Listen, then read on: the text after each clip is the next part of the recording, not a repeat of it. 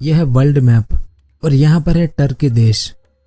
तो Turkey statistical institute ने हाल ही में एक रिपोर्ट जारी किया है जिसमें बताया गया है कि अक्टूबर महीने में टर्की का इन्फ्लेशन रेट 20% बढ़ गया है। वहीं खाने पीने की चीज़ों पर कीमतें पिछले सालों की तुलना में 27% बढ़ चुकी है और इकोनॉमिस्ट का मानना है कि अभी भी इन्फ्लेशन बढ़ने की यह दर कम नहीं होने वाली है और अगले कुछ महीने में यह बढ़कर 25 से 30% तक पहुंच सकता है।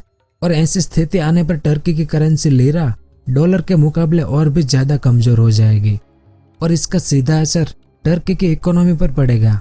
तो अब आपके मन में यह सवाल उठा होगा कि आखिर टर्की की इकोनॉमिकल हालत इतनी डावाडोल क्यों है? आखिर क्यों टर्की की करेंसी इतनी ज़्यादा गिरती जा रही है और डॉलर के मुकाबले इसकी वैल्यू दिनों दिन क्यों घट रही है? ये सब और इसके अलावा और भी बहुत कुछ जानने को मिलेगा आपको इस वीडियो में, तो वीडियो के अंत तक हमारे साथ बने रहिए।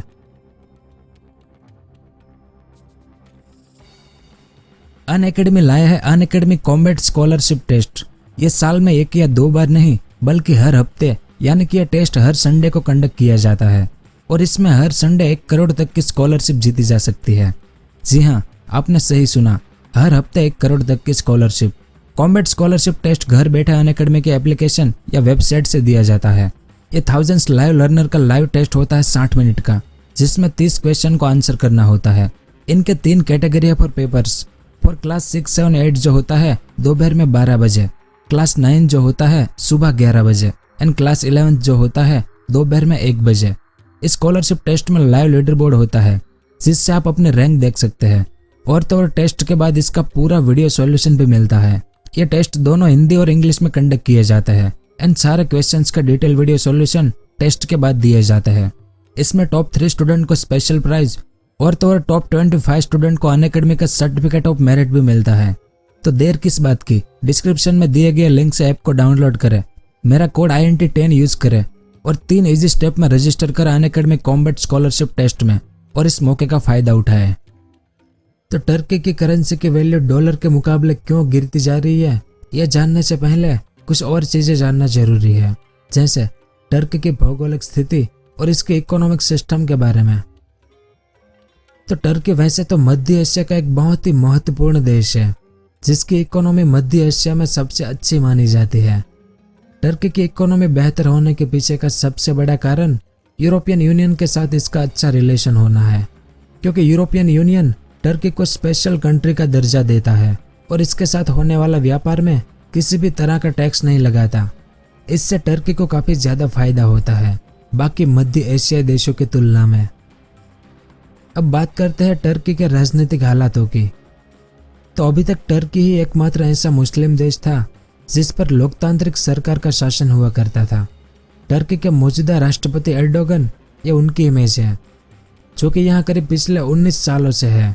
उन्होंने टर्की की स्थिति को बदलने में बहुत ही महत्वपूर्ण भूमिका निभाई है, लेकिन पिछले कुछ सालों में टर्की के हालात काफ़ी तेज़ी से बदले हैं, क्योंकि जो राष्ट्रपति कभी लोकतांत्रिक तरीके से चुनकर टर्की की राजगद्दी पर बैठे थे, एर्डोगन, उनके खिलाफ आज उनकी ही जनता विद्रोह कर रही है। और इसका कारण सिर्फ इतना ही है कि टर्की की जनता को अब ऐसा लगने लगा है कि हमारा शासक एर्डोगन अब तानाशाही शासन व्यवस्था की तरफ बढ़ते जा रहा है। तो टर्की के मौजूदा हालात जो भी है उसमें सबसे ज़्यादा जिम्मेदार टर्की के राष्ट्रपति एर्दोगन ही है, क्योंकि इनकी नीतियों ने ही न सिर्फ देश की इकोनॉमी को गिरा दिया बल्कि इसकी विदेश नीति जो कि बहुत ही विवादास्पद रही है, उनके चलते इनका देश FATF की ग्रे लिस्ट में पहुंच चुका है।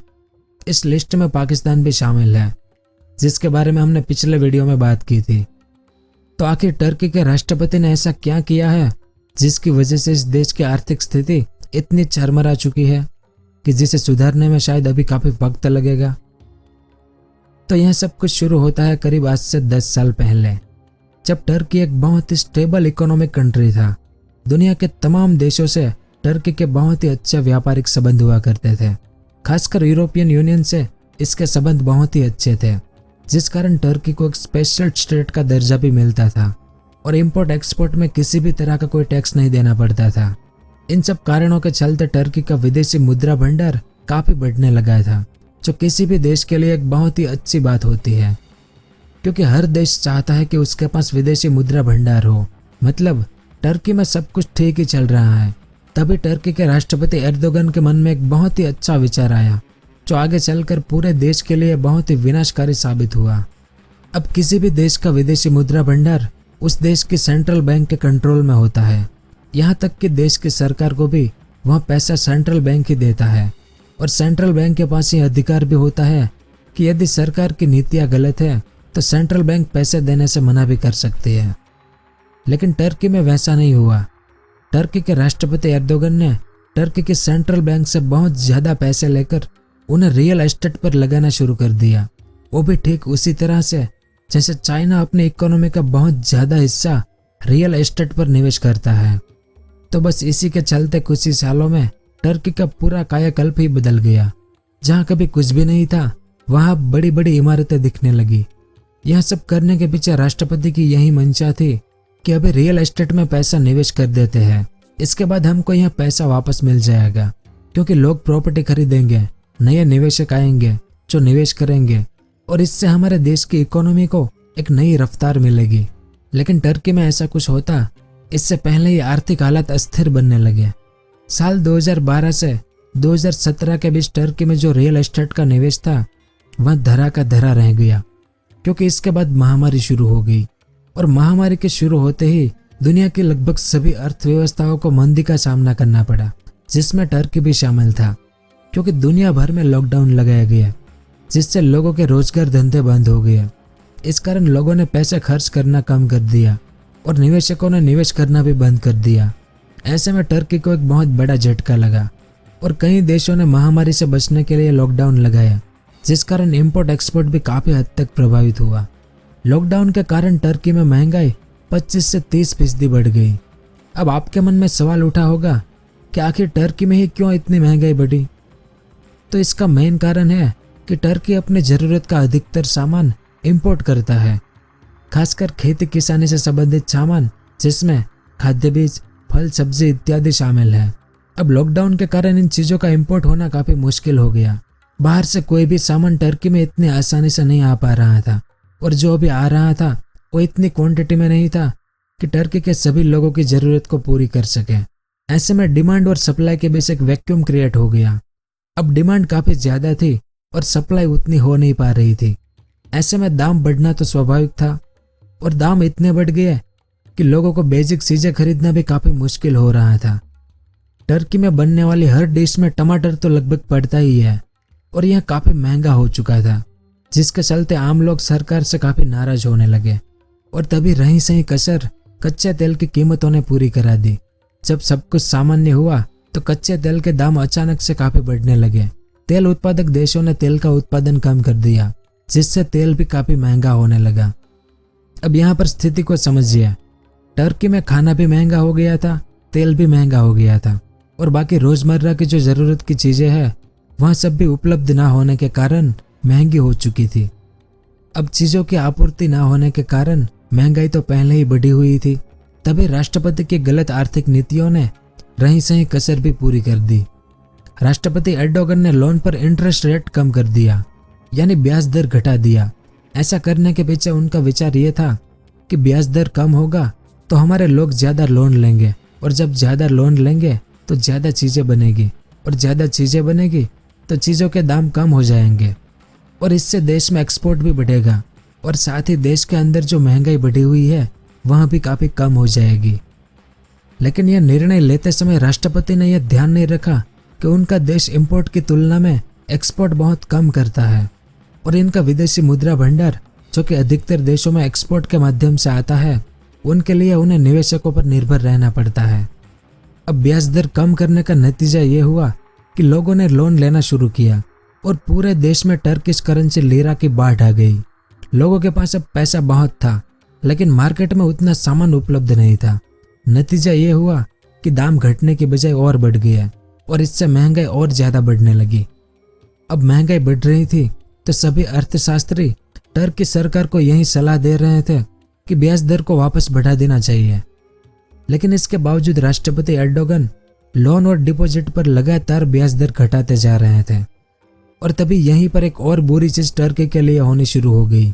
टर्की के निवेशकों ने जो अपना पैसा लगाया था टर्की में, उन्होंने अपना पैसा वापस लेना शुरू कर दिया क्योंकि डिपॉजिट पर अब ब्याज भी कम मिल रहा था। इससे लोग भी काफी नाराज हुए और बैंकों से अपना पैसा निकालना शुरू कर दिया। अब यहाँ पर एक समस्या और खड़ी हो गई कि जो विदेशी निवेशक थे उन्होंने तो अपना निवेश अमेरिकी डॉलर और यूरो में किया था, तो वे निवेशक अब डॉलर और यूरो निकालने लगे थे। इससे टर्की के सेंट्रल बैंक में विदेशी करेंसी की एक तरह से कमी होने लगी और इसे रोकने के लिए एर्दोगन ने एक नया तरीका अपनाया। उन्होंने अपने देश की करेंसी लीरा की वैल्यू डॉलर के मुकाबले घटा दी, यानी अब $1 लेने के लिए ज्यादा लीरा पे करना पड़ेगा। लेकिन समस्या बहुत ज्यादा बढ़ गई। लीरा की वैल्यू हर दिन बदलने लगी, यानी 10 लीरा में यदि आज 2 पैकेट ब्रेड मिल रहा है तो हो सकता है कि कल 1 ही पैकेट मिले। इससे आम जनता बहुत डर गई और उन्होंने लीरा के बदले डॉलर अपने पास रखना शुरू किया, क्योंकि डॉलर की वैल्यू तो सेम रहेगी चाहे वह किसी भी देश में चले जाए। लेकिन लीरा की वैल्यू क्या होगी इसका कोई भरोसा नहीं था। तो पहले जहां सिर्फ बाहरी इन्वेस्टर ही डॉलर निकाल रहे थे, अब देश के लोग भी लीरा को एक्सचेंज कराकर डॉलर ले रहे थे। ऐसे में टर्की के सेंट्रल बैंक को मजबूरन अपनी करेंसी की वैल्यू और ज्यादा गिरानी पड़ी और ये सिलसिला अभी भी जारी है, क्योंकि पिछले 1 साल में डॉलर के मुकाबले लीरा की वैल्यू 20% से भी ज्यादा गिर चुकी है। इसके अलावा टर्की की इस हालत के लिए कुछ अंतरराष्ट्रीय समीकरण भी जुड़े हुए हैं। जैसे टर्की पिछले कई महीनों से लगातार पाकिस्तान का साथ दे रहा था। टेरर फंडिंग और मनी लॉन्ड्रिंग जैसे कई अपराध में टर्की भी लिप्त पाया गया, जिसके चलते पाकिस्तान के साथ टर्की को भी FATF की ग्रे लिस्ट में डाल दिया गया। और ऊपर से टर्की के राष्ट्रपति एर्दोगन ने टर्की के पुराने ओटोमन एम्पायर को पुनर्जीवित करने को लेकर भी कई बार बयान दिए हैं, जिसका असर कई देशों से टर्की के जो संबंध थे उस पर पड़ा है, जिसमें हमारा भारत भी एक है। तो इन सब बातों का मिला जुला असर भी टर्की के अंदरूनी हालात पर देखने को मिला है। और इसके बाद राष्ट्रपति एर्दोगन ने एक और ऐतिहासिक फैसला लिया है, जिसका असर आज उनके ही देश पर पड़ रहा है। टर्की की करेंसी लीरा की गिरती वैल्यू के कारण देश के आम लोग और मैन्युफैक्चरर बहुत ही परेशान थे, क्योंकि उन्हें किसी भी चीज को खरीदने के लिए बहुत ज्यादा लीरा पे करना पड़ रहा था। तभी एर्दोगन ने इसका भी एक उपाय सुझाया और उन्होंने लीरा के बजाय डायरेक्ट डॉलर पे करके कुछ भी चीजें खरीदने की छूट दे दी। इसका असर ये हुआ कि अब सभी लोग डॉलर निकाल रहे हैं, क्योंकि वो डॉलर में ही खरीदना चाहते हैं। इसीलिए टर्की के सेंट्रल बैंक में जो विदेशी मुद्रा भंडार था वो अब और भी ज्यादा कम होता जा रहा है। यानी कुल मिलाकर टर्की की मौजूदा हालात का यदि निचोड़ निकाले तो यही निकल कर सामने आता है कि इस हालात के जिम्मेदार उनकी ही सरकार है, जिनकी खराब और तानाशाही पूर्ण आर्थिक नीतियों ने आज देश की स्थिति को इस हाल पर लाकर खड़ा कर दिया है। तो यह सब कुछ था इस वीडियो में। उम्मीद है कि आपको कुछ जानने को मिला होगा। अगर वीडियो पसंद आया हो तो लाइक और शेयर जरूर करें। पूरा वीडियो देखने के लिए आपका बहुत बहुत धन्यवाद। अगर आपको इस तरह के इन्फॉर्मेटिव वीडियो देखना पसंद है तो हमारे इस चैनल को सब्सक्राइब करें और हमारी नई वीडियो सबसे पहले देखने के लिए इस बेल आइकन को भी जरूर दबाएं।